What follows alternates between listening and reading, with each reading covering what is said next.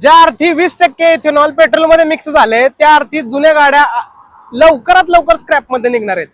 आता कसं का, तर 15 वर्ष ते 20 वर्ष जुन्या गाड्यांना स्क्रॅप करण्यासाठी नवीन नियम आलेलाच आहे। पण आता इथेनॉलचं प्रमाण पेट्रोलमध्ये वाढल्यामुळे जुन्या गाड्या लवकरच स्क्रॅप होणार आहेत। कारण जुन्या गाड्या आहेत त्यांना फक्त प्युअर पेट्रोल पाहिजे आणि आता प्युअर पेट्रोल इथून पुढे मिळणारच नाहीये, कारण 20% इथेनॉलचं प्रमाण पेट्रोलमध्ये मिक्स केलंय। त्यामुळे तुमची गाडी आता जी जुनी असेल तर ती गाडी रस्त्यावरती चालू शकणार नाही, कारण ती सारखी सारखी बंद पडणार आहे।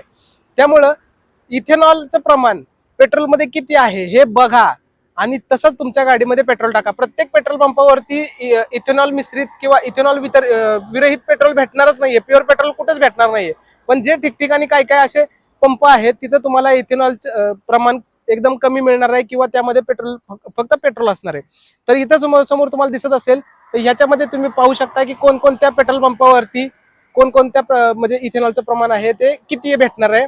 तसं तुम्ही तुमच्या जुन्या गाड्या जेवढ्या जास्त जुन्या गाड्या असतील त्यांना फक्त प्युअर पेट्रोल आपण गाडीमध्ये टाकू शकता। माहिती कशी वाटली मित्रांनो हे मला कमेंट करून नक्की सांगा आणि चॅनलवरती नवीन असाल तर सबस्क्राईब नक्की करा। धन्यवाद।